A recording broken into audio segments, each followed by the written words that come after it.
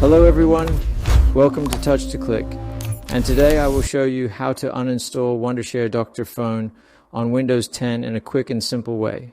In this video, I'll guide you step by step to completely remove the software from your computer.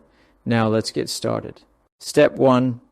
Press Windows key plus, I on your keyboard, to open the Settings window. Settings is the main control panel of Windows 11 where you can manage system features, apps, and preferences. Using this shortcut helps you quickly access the uninstall options without searching manually. Step 2. Go to Apps in the Settings menu. The Apps section allows you to manage installed programs, default apps, and optional features. This is important because uninstalling any software on Windows 11 starts from here. Step 3. In the left-hand panel, click on Apps and Features.